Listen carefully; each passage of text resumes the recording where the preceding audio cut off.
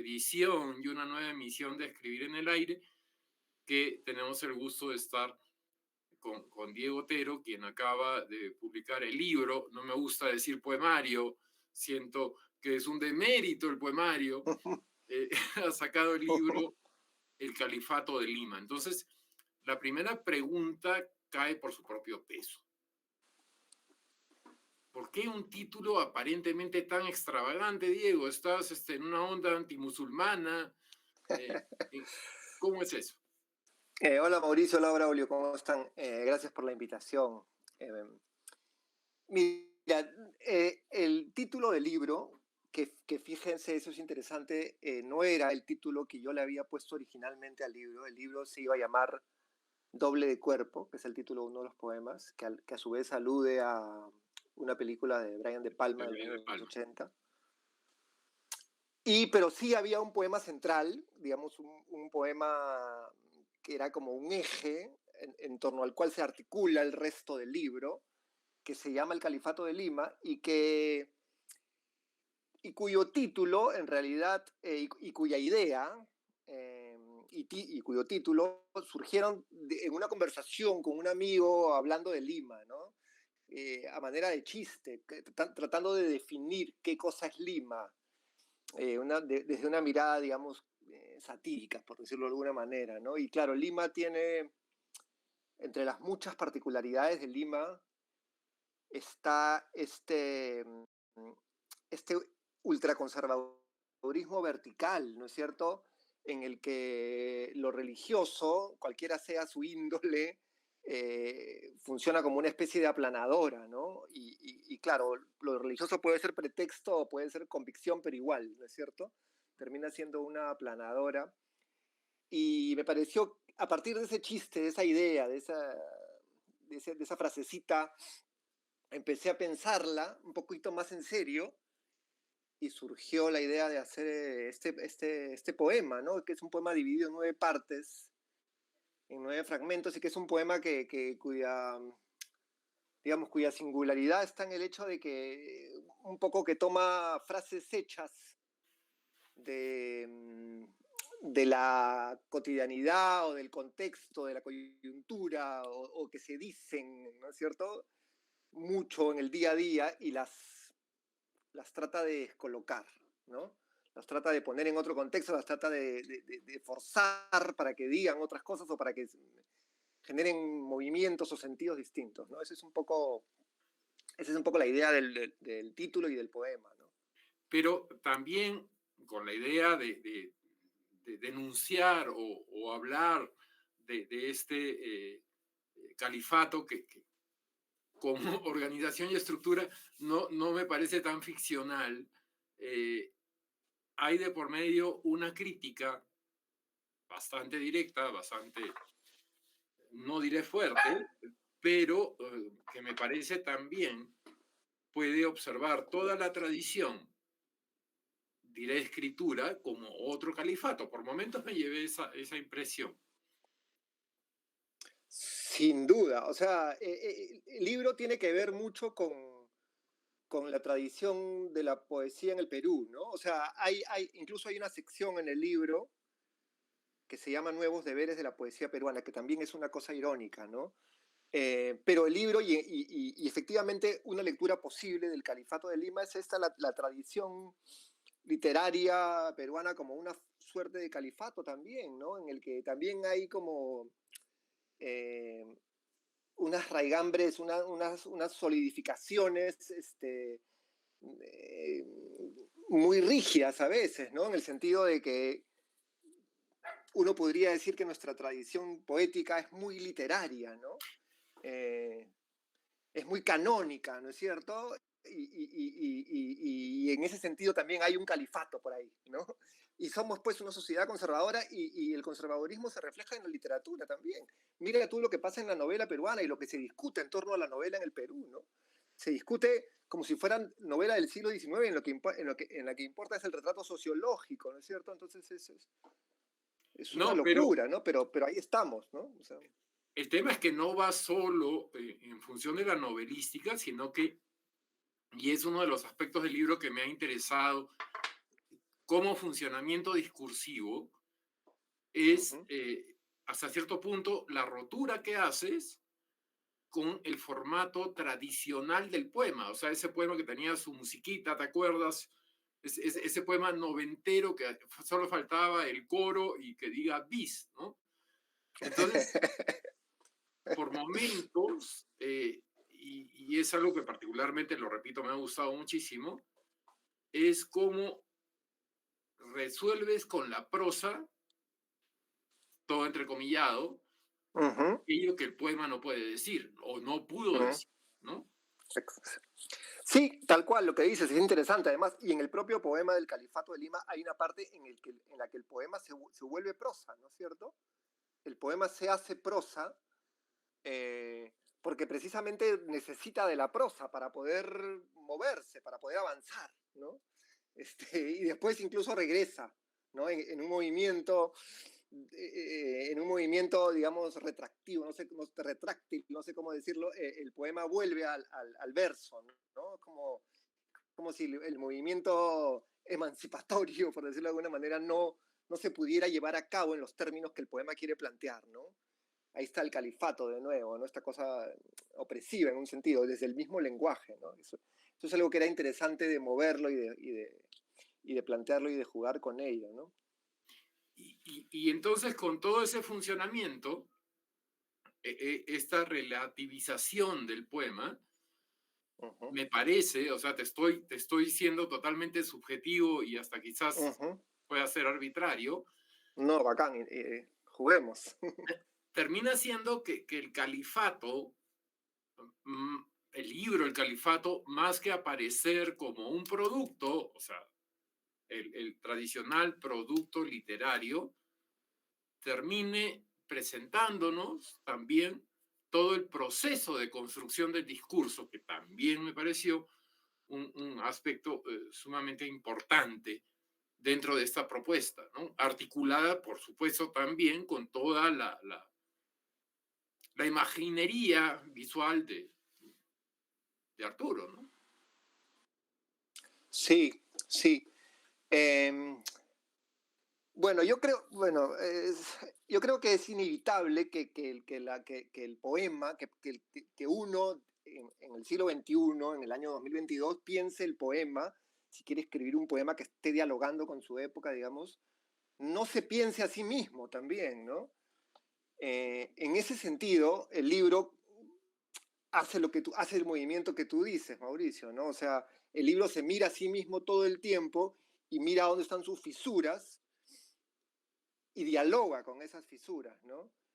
Eh, yo siempre pienso, y ya lo he dicho antes, pero es una idea que me gusta, ¿no? Que el mundo va a tal velocidad, ¿no? El mundo en el que vivimos va a tal velocidad que al poema no le queda, al poeta y al poema, al autor, no le queda más que mirar cómo esa velocidad está afectando al propio poema, ¿no? Mm.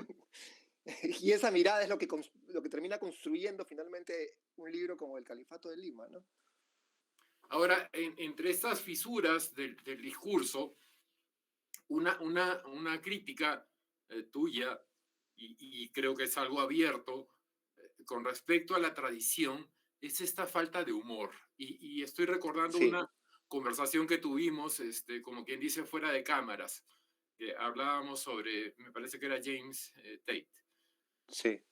Y, y este punto explícito del humor que atacas, Mm. por ejemplo, esto de los nuevos deberes De la poesía peruana, de sí. la poesía peruana, ¿sientes que cala y marca mucho este monstruo llamado tradición? Bueno, es que yo creo que ese es parte del problema, ¿no? ¿Cómo se concibe el poema? ¿Qué es el poema? ¿Qué es la poesía? ¿O qué es un libro de poemas, ¿no? ¿O qué puede entrar en el lenguaje así llamado poético, ¿no? Y hay mucho prurito, mucho prejuicio, y eso hace que el lenguaje poético no se pueda ensanchar, ¿no es cierto? Este, Eso es lo que yo he tratado de criticar, digamos, de alguna manera, ¿no? De poner en... Yo, por ejemplo, pienso que un poeta como James, no sé qué pasaría si tú si en el Perú alguien escribiera como James Tate, por ejemplo, ¿no? O sea, sería simplemente desconcertante, ¿no? Y no tendría ningún registro crítico, probablemente, por el propio desconcierto que generaría. ¿Por qué? Porque está en las antípodas de lo que se considera poético, ¿no es cierto? Pero claro, aquí sabemos perfectamente que lo que se considera poético es algo completamente cambiante y que es algo que depende de las reglas de juego que el propio proyecto, el propio poema o el propio libro está poniendo sobre la mesa, ¿no es cierto? No es algo fijo, ¿no? Hace unas semanas leía una entrevista que le hacían extrañamente a Montalbetti y, y Mario en determinado momento señalaba que no es un poema. O sea, no sientes tú, creo que estamos hablando un poco también desde el pasado y lo que uno tuvo que padecer como joven poeta en otro momento, pero ¿no crees tú que hay una suerte de mitificación del valor del poema como tal? O sea, la institución del poema no puede haber mermado las posibilidades discursivas que tuvimos, diré. Yo creo que sin duda, ¿no? Y tú mencionas a Montalbetti, claro, Montalbetti tiene en algún lugar se lo he escuchado decir, ¿no? El que a él no le gusta hablar de poesía, sino del poema, ¿no? Porque claro, la poesía la institución, digamos, ¿no? Y en fin, no solamente lo dice él, lo dice tanta gente, ¿no? Pero en general las instituciones no son buenas para el arte, ¿no? El arte más bien lo que se trata finalmente es meterse por los intersticios de las instituciones, ¿no? De la institución artística, y ahí es donde aparece algo nuevo, algún brillo, ¿no? Eh, y claro, digamos, en pleno siglo XXI los poetas recurren a lo que tienen a la mano, ¿no? O sea, veía la entrevista que le hacían ustedes a Vicente Luis Mora la otra vez, y claro, Mora habla de Anne Carson como un modelo, ¿no? Y claro, lo que hace Anne Carson en realidad es usar la literatura clásica griega como Un como un, andamiaje. sí, como un marco, como un andamiaje, ¿no? Como un marco en el que mete su propio mundo y sus cosas y lo que ella cree que, por donde cree ella que debería ir el poema, ¿no? Y eso lo hace Montalbetti con la lingüística, ¿no es cierto? Y, y, y eso lo hacen, en fin, cada uno lo hace como puede y con las herramientas que puede y que tiene, ¿no? Las mías son un poco el periodismo, las artes visuales que me interesan, el cine, ¿no? Y con eso trato de un poco de construir esta especie de aparatejo que es el Califato de Lima, ¿no? Que no es Ahora, un libro de poemas al uso tampoco, ¿no es cierto? lo que dices del periodismo me parece interesante porque normalmente, o sea, en estas entrevistas, lo primero que hace el entrevistador es leer la biografía y dice, este viene del cine. Entonces, le preguntaré Las por la películas. visualidad, o sea, Yeah. estoy yendo un poco a la Ah, lógica de ah, constructiva de ah, quien entrevista. Sin embargo, me pareció importante y me sigue pareciendo importante lo periodístico porque son muchos momentos en donde hay tramos de eso que no es poema, pero que no sé cómo se llama, que van a orillas de la crónica. Me parece que la crónica tiene un peso bastante específico en este libro de poemas. sí, sí. Bueno, es que son como, ¿cómo decirlo? Son como herramientas retóricas, ¿no es cierto? Que te permiten avanzar en el libro, ¿no? Yo hice periodismo en el diario El Comercio, periodismo cultural además, ¿no? Durante casi 10 años seguidos, y lo que más escribí era sobre artes visuales, ¿no? Mira, no te recordaba en visuales. Sí, bueno, y sobre literatura también, pero más lo que más me gustaba era escribir sobre artes visuales, ¿no? También escribía sobre literatura, sobre poesía, en fin, ¿no? Pero lo que más hacía era artes visuales y siempre iba a entrevistar a los artistas y claro, al comienzo, cuando recién empecé con el tema del periodismo, iba a entrevistar a los artistas y hacía unas entrevistas, digamos, convencionales, pero poco a poco me fui dando cuenta de que, no, que me aburría eso y que yo como lector hubiera preferido algo más. Entonces empecé a hacer como unos híbridos en los que eran mitad entrevista, mitad crítica, mitad crónica, y terminaba saliendo un texto que a mí me resultaba más rico de escribir, porque había más pensamiento, en fin, más ideas, más movimientos dentro del texto para decir cosas, ¿no? Y esa especie de tic retórico, digamos, esa estrategia se ha quedado en mí y aparece en los poemas, ¿no? Y aparece además mezclada con una especie de no sé cómo decirlo, pero un acercamiento que tiene que ver con el acercamiento de las artes visuales también, ¿no? No sabría ni siquiera bien Sí, cómo traducirlo, pero algo de eso hay, ¿no es cierto? me quedé pensando porque estaba recordando una conversación con Mario Velatín, que estuvo por acá, y cuando comentaba de su estancia en Lima, de su estar en Lima, donde coincidimos muchas veces, decía algo que yo creo que es muy cierto. Él frecuentaba mucho más a los artistas visuales que a los escritores, vuelvo entre comillas. Y entonces cuando uno le preguntaba, y le pregunté por qué, creo que ni siquiera se lo pregunté porque él se mandó con todo, habían dos razones. Primero, porque los artistas visuales eran realmente mucho más libres. Mm, Y segundo, porque trabajaban. O sea, porque trabajaban su mm, proyecto. No el producto, sino el mm, proyecto. mm, mm, Que mm. son dos flores que te estoy lanzando como autor. Me, Gracias. y esa es una de las cosas que también me han gustado mucho del Califato. Siento que es un libro muy, muy contemporáneo y que termina estando en diálogo con muchos autores que podrían ser considerados como jóvenes o Mm, noveles, dale mm, tú el adjetivo que quieras, que ya mm. de adjetivos estamos hartos. Pero desde el lugar en donde estás, quería preguntarte un poco eso. En la medida del diálogo, ¿cómo ves el proceso de escrituras actual? O sea, no en vano aparece citado al principio del libro también Santiago Vera. Sí, bueno, el libro de Santiago Vera, por ejemplo, me parece que es un libro necesario.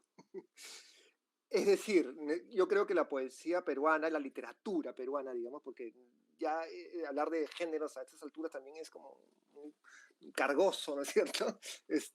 La literatura peruana necesita esos movimientos, creo yo. Necesita salirse ¿cómo decirlo? De la tiranía del tema. De la tiranía del tema y más bien pensar en proyectos que sean cuya gracia esté en cómo se diseña el proyecto, ¿no es cierto? La hechura del proyecto ya, el libro acabado finalmente es como el registro de la performance casi, ¿no es cierto? Eso es un poco lo que tiene el libro de Santiago Vera, y eso es un poco lo que a mí me gustaría ver más en los libros peruanos, y eso es un poco lo que yo he tratado de hacer en algún sentido con este libro, y también por eso está el guiño a la cita del libro de Santiago, ¿no? Y en ese sentido también casa con el tema de las artes visuales, digamos, ¿no? El proyecto y el proceso, y el libro como registro final de ese proyecto y ese proceso, ¿no? Pero en realidad lo bacán, por lo menos para el autor, es el proceso, ¿no? El Y, proceso. sa y salirse de esta cosa de lo literario, que es esta cosa densa, y que, y que tiene que ver creo yo, con, con unas cosas fijas, ideas fijas sobre lo que es la literatura, ¿no? Creo, Que creo, además... creo que Braulio debe estar pensando que nos hemos puesto de acuerdo porque usualmente no encontramos tanta armonía conceptual, te voy Mm, diciendo. mm. Es que, bueno, yo creo que por eso te ha gustado el libro, Mauricio. O sea, no hay mucho de eso en nuestra poesía, ni siquiera en la más contemporánea, ¿no? Y lo interesante de ahí también sería preguntarse por qué está pasando, ¿no? Me lo acabas de sacar de la punta de la lengua. Yo no tengo una respuesta ante eso, pero creo que tiene que ver en algún punto con el califato, de nuevo, con el conservadurismo, ¿no? O sea, con esta cosa solidificada, con esta cosa que le teme al cambio, que le teme al movimiento, y con una cosa también que da pena decirlo, pero que es un zeitgeist, ¿no? Que es un asunto del espíritu de la época, ¿no? Que es esta cosa de que si no es activismo, no, no es hot. Ujú. este, y eso problematiza el escenario mucho más, me parece, ¿no? Te ponen múltiples encrucijadas como artista, digamos, o como escritor, o como poeta, en fin, no sé. Ahora, es verdad, y mira, es curioso, pero uno de los puntos de un curso que dictamos acá en el laboratorio, que se llamó Sin Código de Barras, Ujú, era hablar del proceso de desliteraturización. qué Entonces, bacán.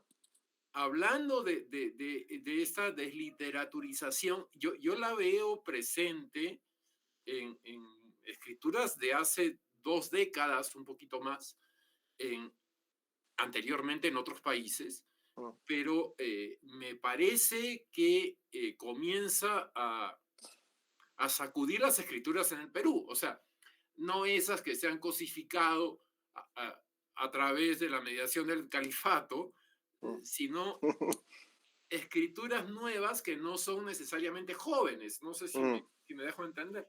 ujú, ujú. Sí, bueno, siempre hay como eh, obras o proyectos que se singularizan y que rompen esto y que generan cosas muy interesantes, ¿no? Pero no es lo habitual, ¿no?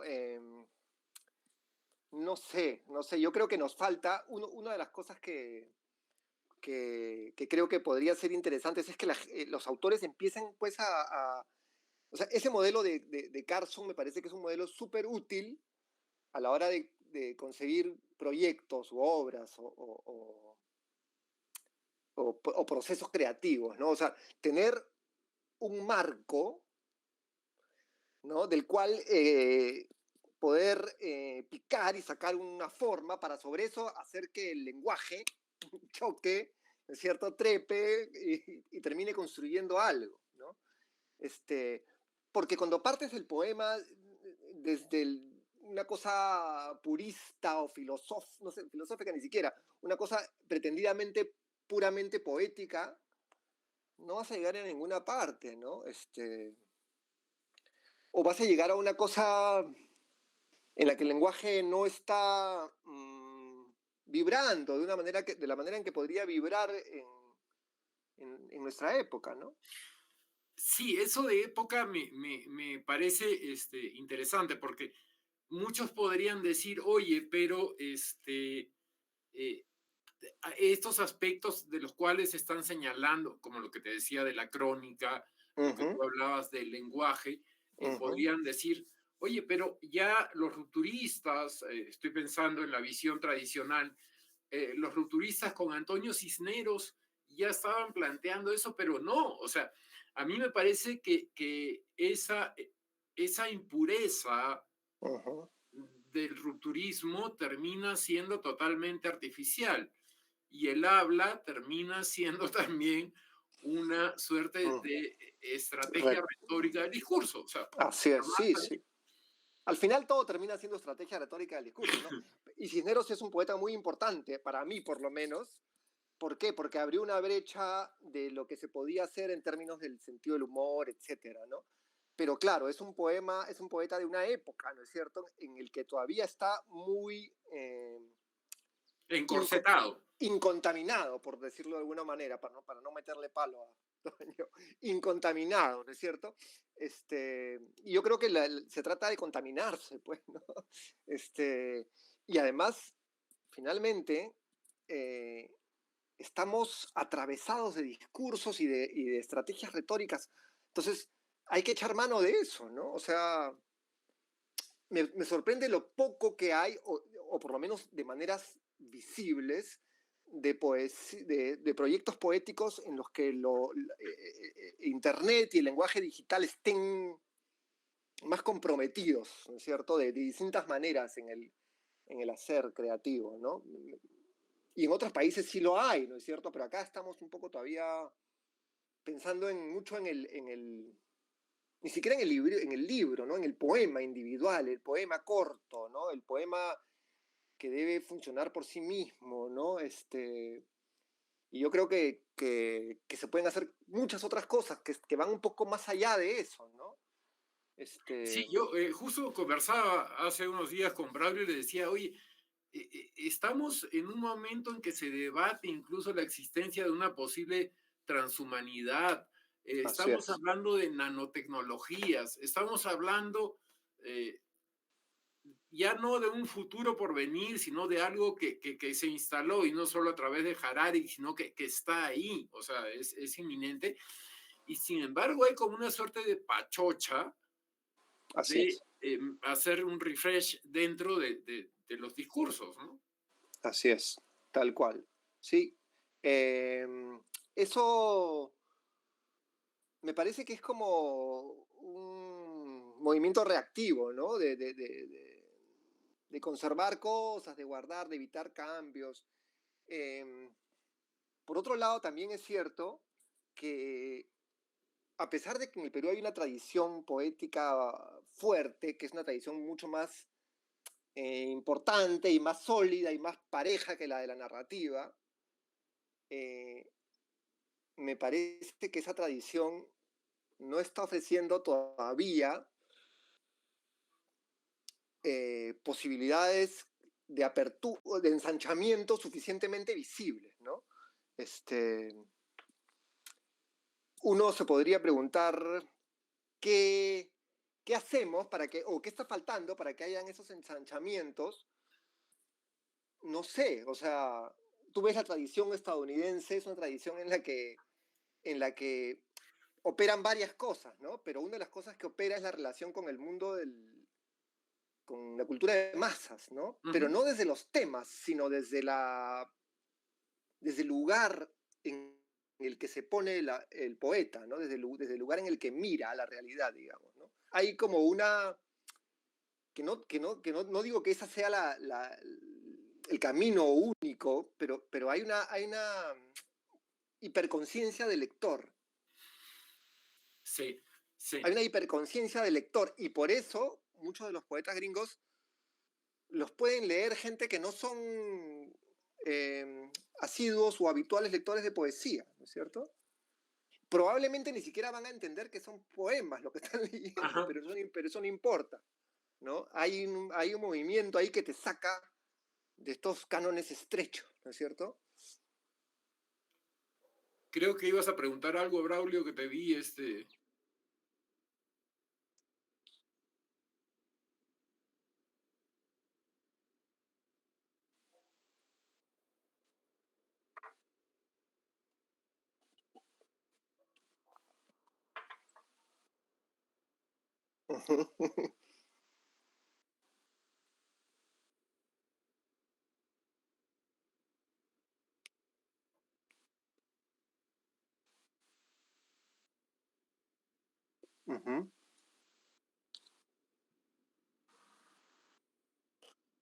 Claro, bueno, sí, sí. Bueno, eso es un poco, sí, sin duda, y es un poco lo que pasa con estos poetas instagramers y tal, ¿no? O sea, finalmente es uno de los riesgos, es que no, es que se diluya y que no quede nada, queden, no sé cómo llamarlos, memes verbales, ¿no? Eh, este, claro, el poema es otra cosa, ¿no? El poema tiene opera desde una densidad, ¿no es cierto? Y juega con múltiples sentidos y etcétera. Este, Cuando no hay eso, pues uno lo extraña, ¿no? Pero sí que hay poetas, pienso en el propio James Tate, por ejemplo, que lo mencionaba Mauricio, y que es un poeta que tanto a él como a mí nos gusta mucho. Es un poeta que se puede leer, porque los poemas primero tienen como pequeñas anécdotas argumentales, uh -huh. ¿no es cierto? Tienen personajes, y tienen como un cierre. Entonces uno diría, estos son como unos minicuentos, pero claro, son y no lo son, ¿no? Son unos minicuentos, pero son otra cosa también, ¿no? Y claro, eso no es algo que sea, o sea, digamos, en teoría uno podría decir eso es fácil de hacer. No lo es, pues, ¿no?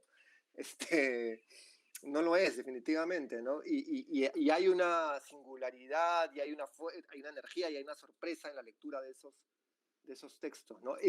Claro, el tema es que cuando entras a las redes sociales ya entras a la lógica que te impone las redes sociales. Las redes sociales son un marco en sí mismo, ¿no? Entonces tú puedes venir con tus propios marcos y tus propias cosas, pero no necesariamente vas a engarzar ahí, va a funcionar en términos de likes o qué sé yo, ¿no? Esa es otra cosa, es otro lenguaje, es otro mundo ya, ¿no?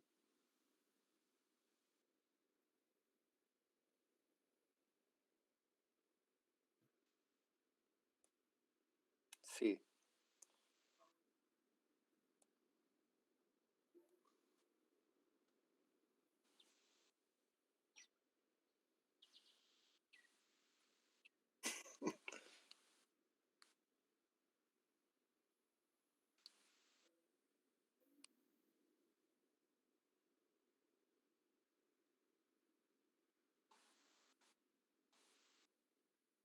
Sí, fíjate, ese poema fue el último texto que escribí para el libro y el último texto o sea, es el texto que cierra el libro y es un poco un poema que se cuenta a sí mismo, ¿no es cierto? Ahí está la cosa meta que decía Mauricio muy fuertemente, ¿no?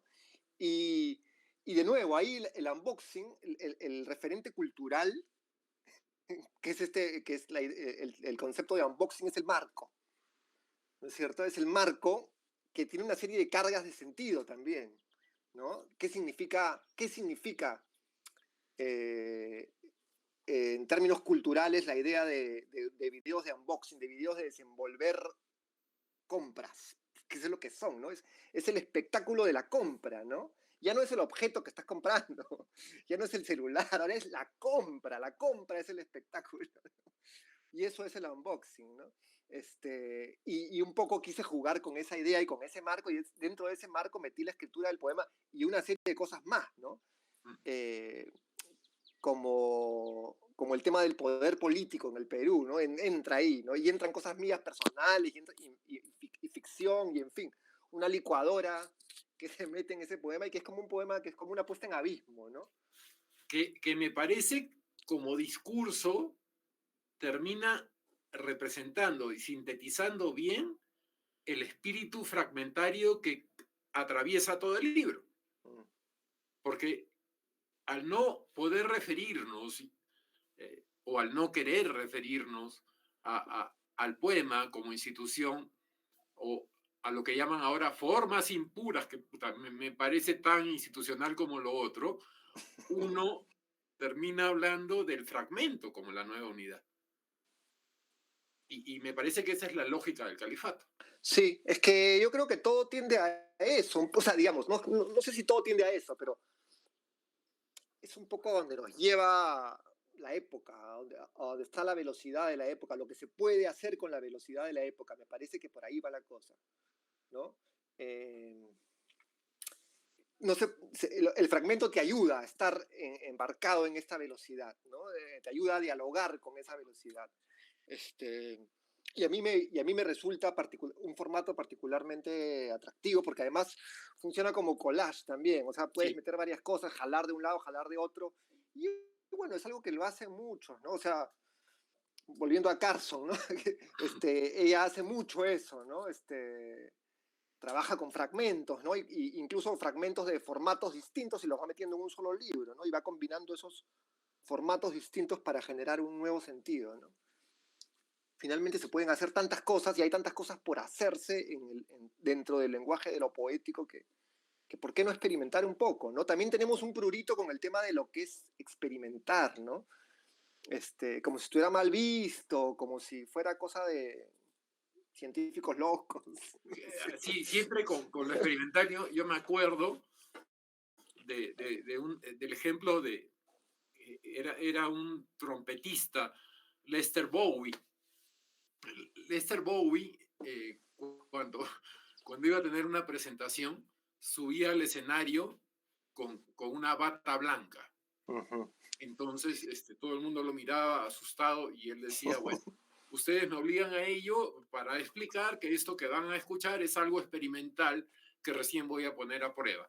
Creo que hay una suerte también de desprecio a la forma experimental en la medida que trae consigo la incertidumbre de la propia experimentación, pero carambas, o sea, enhorabuena, no se Así trata es. de ser demasiado ortodoxo como en una reseña, ¿no? Y finalmente, como decíamos hace un rato, acá el tema, el asunto es el proceso. No hay que pensar tanto en que creo que también esa es una de las cosas que se pueden ir moviendo, ¿no? No hay que pensar tanto en el poema acabado o en el libro acabado, ¿no?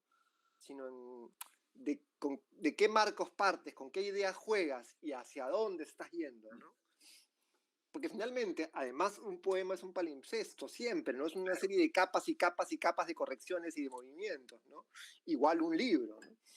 Este, Oye, pero ojo, es un palimpsesto, me pondré un poco sofisticado, pero es un palimpsesto que termina matando la teoría de Genet, porque, y eso está en el califato, o sea, el califato ya así viene es, con metatexto, así es, intertexto incorporado, así que no te mates tampoco, papito, que ya todo te viene aquí en así un es. solo empaque, ¿no?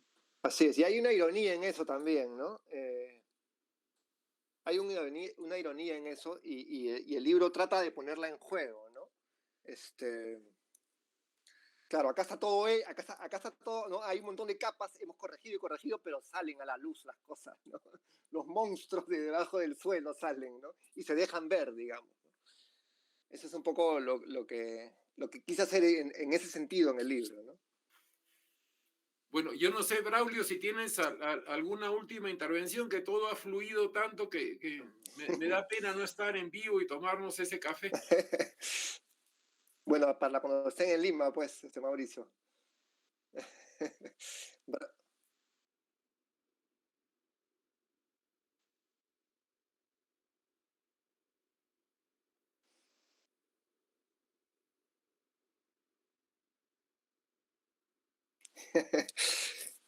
Bueno, gracias a ustedes, No, oye, caballeros. muchísimas gracias, Diego. Ya sabes que existe este espacio bueno, al menos todavía va a seguir existiendo un tiempo más. Cuando Excelente. quieras venir a conversar con la gente que acá estaremos, Genial. eh, puertas abiertas. Genial. Genial y gracias por la invitación y gracias por la lectura del libro de ambos, ¿no? Se agradece tener lectores, pues, de calidad. Imagínate. Oye, un abrazo grandote y ya seguimos conversando nosotros. Hasta la próxima. Un abrazo, cuídense.